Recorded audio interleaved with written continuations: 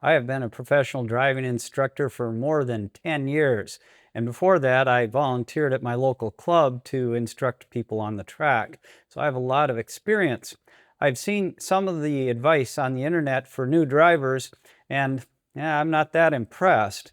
So here are 10 key principles every novice driver should understand. Number one, the driver is the most important safety item in any vehicle on the road. Really, it's true.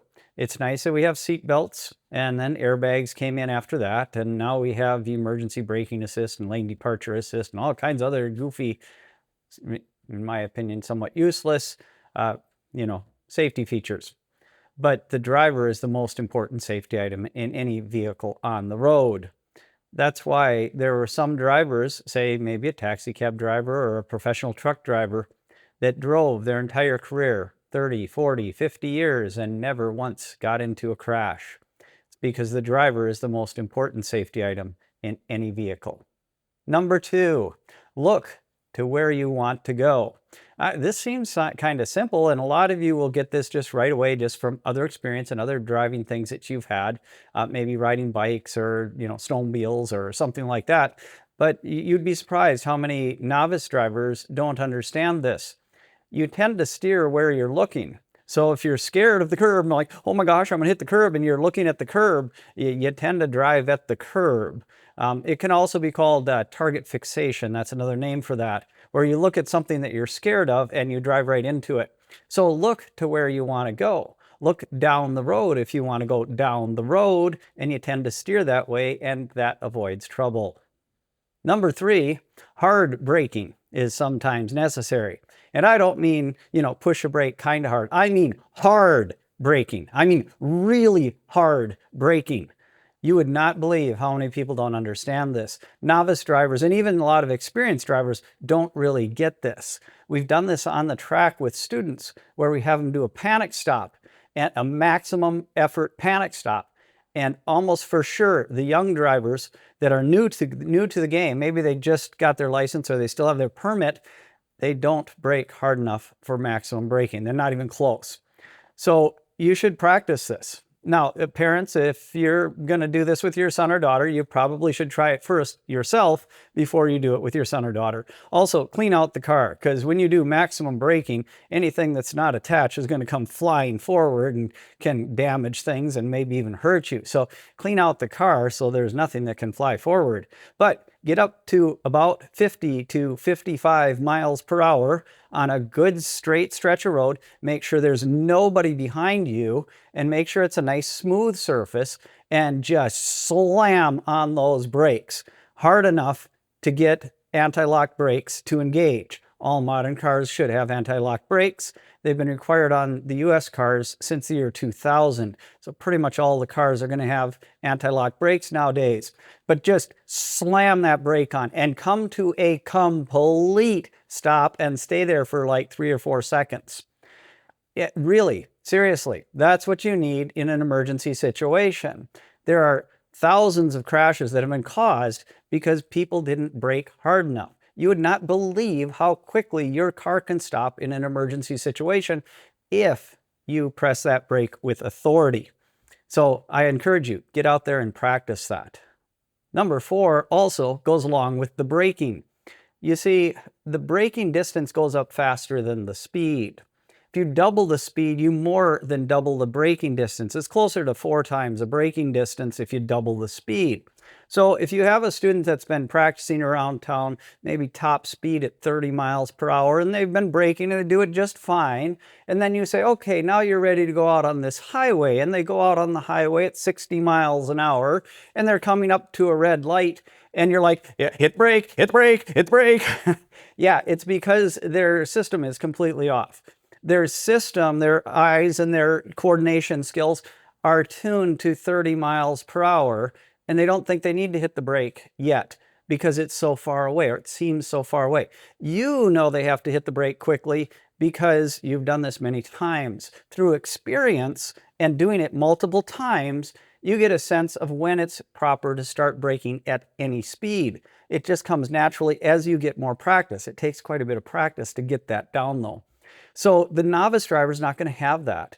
So the important principle here is get most of the slowing done early. Hit the brake hard early, and then just ease off the brake and slowly go up to where you're actually going to stop. That's really important to understand for novice drivers. By the way, it's good for experienced drivers too, especially in the wintertime when you could have an ice patch right near the stoplight or the stop sign that you're trying to stop before. You don't want to rush in and brake all at the last minute and hit an ice patch and then you hit the car in front of you. So that's not a good thing. So yeah, get most of the braking done early so that you can just slowly go up to a nice smooth stop. We're really hitting this braking hard because number 5 is also about braking or not braking in some cases. You see, the brake is not the only way to control the speed in the car. Now, if you drive an electric vehicle or a hybrid, you probably, even as a novice driver, would already get this because if you take your foot off the gas pedal, the regenerative braking kicks in and it really slows you down. So that's kind of common. But if you drive a normal automatic transmission car, which most people are going to be learning on still, even, with more EVs and hybrids on the road, when you take your foot off the gas, it doesn't slow you all that much, but it slows you a fair amount. And if you're good at this, you can control the speed in a lot of cases with the gas pedal. You're on the gas pedal, going up the hill, you get to the top of the hill, you ease off the gas pedal a little bit, and then maybe you just take your foot completely off the gas pedal. Now, that's a shock for a lot of new drivers. A lot of new drivers think that you have to be on the gas or the brake and, always, you got to be on one or the other. You can't just be not on anything. A lot of new drivers think that. You can. So you take your foot off the gas pedal and it kind of slows the car a little bit in a regular automatic transmission car, and it's fine. You don't have to be on the gas or the brake. And in fact, if you watch your parents drive, if you're one of these novice drivers or maybe you're about to learn how to drive, watch your parents. And you'll see they're on the gas pedal, but then they take their foot off the gas pedal for some time. Maybe for 10, 15 seconds sometimes, or even longer. Because they're going down a little bit of a hill, they already got enough speed, the stoplight's up there is red, and it's a long ways away. They just take the foot off the gas and they coast for a while. So remember, the brake is not the only way to control the speed. A lot of times you do it just by proper application or non-application of the gas pedal. The next principle is to drive smooth, not fast. There's a difference. And honestly, a lot of you experienced drivers are the ones that drive fast. Like, boom, boom, boom, boom, boom, boom, boom. No, don't. Smooth. Smooth on the brakes, turn, smooth on the gas. Smooth into the next turn, smooth on the brakes, smooth through the turn, smooth on the gas. Yeah, smooth, not fast. It's actually faster. And in fact, on the track, we used to have a saying that said, smooth is fast and fast is slow. It's because, yeah, smooth is where it's at, folks. It gives you more control. And by being smooth, it gives you time to think and to react to unusual situations that might come up in any particular area. So smooth, not fast, is the number 6 thing on this list. Number 7 kind of goes along with the last one. Slow in, safe out. We're referring to corners and how you should take the corner. Slow into the corner, and then you're going to be safe on the way out of the corner. Again, that will make for a smooth corner, but slow on the way into the corner. Slow before you get to the corner. If you're still on the brake halfway through the corner, you went in too fast. Now, yeah, on the track, we sometimes do that. It's called, I forget what it's called, but anyway, we do that on the track sometimes. But we're trying to go fast on the track. That's the goal. We want to go fast and have fun. And if you want to go fast and have fun, get into a club and join your local track club or whatever, and get out there and drive it on the track and drive fast on the track, not on the street. On the street, your goal is to drive safely and get along with other drivers. So slow into the corners, and that will keep you safe on the way out of the corner. Boy, is number 8 an important concept. You need to be at the right speed, at the right place, at the right time. Young drivers don't often get this. They drive too fast in many situations. Like, for example, in their neighborhood, they want to show off and they hit the gas hard to fly down the block. Yeah, no, don't do that. A lot of accidents, in fact, I forget what the stats are, but a great majority of accidents happen within a few blocks of your own home. because you're so familiar with it. You don't look, and you're not as careful as you might be in other places. Another example would be school parking lots. Students drive way too fast through the school parking lots. Yeah, drive slow. It's not going to save you any time. And you need to be safe. Parking lot is a place where you need to be safe. You need to drive at a safe speed, slow, really slow. That's not the time to go fast.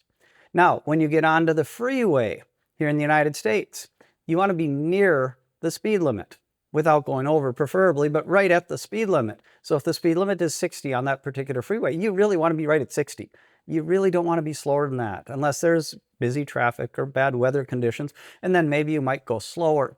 But generally, you want to be right at the speed limit on those freeways, and some of the highways and busier streets, you do want to be right at the speed limit. But then when you get into the neighborhood, you have to kind of reset your speed judgment and slow it down again.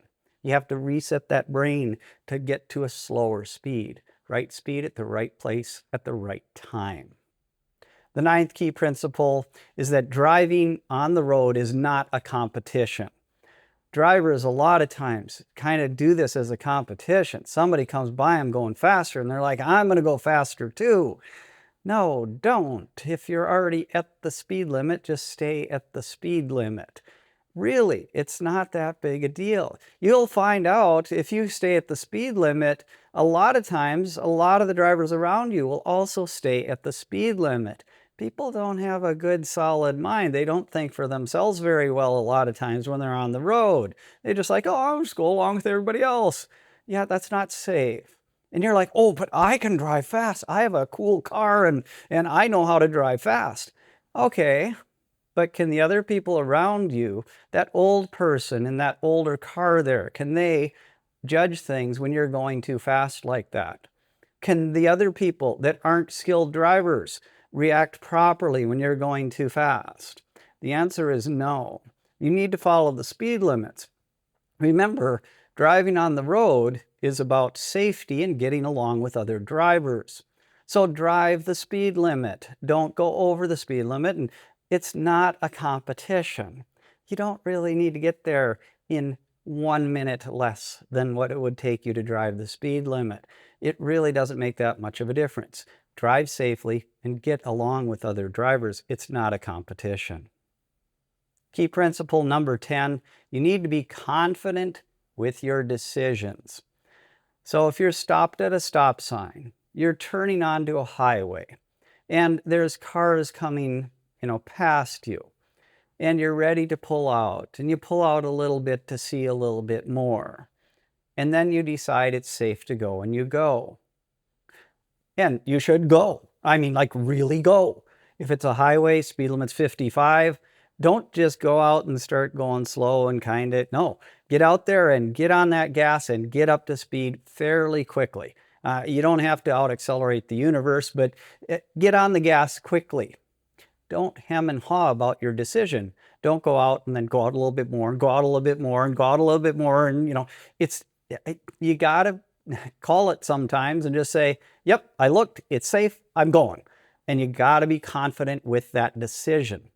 It'll take a while to build confidence like that. You can lean on whoever's teaching you how to drive for that, but you got to be confident in those decisions. And once that decision is made, you need to go quickly. Not like, I think I might go. Maybe I'll come out. You're making a hazard of yourself because you're way too slow. Once you've made the decision, it's safe to go, you go. Thanks for watching. Please like this video and subscribe for more videos of this type. Put in the comments some other things that you would like to see on learning how to drive or car maintenance. It's another thing that I do on this channel.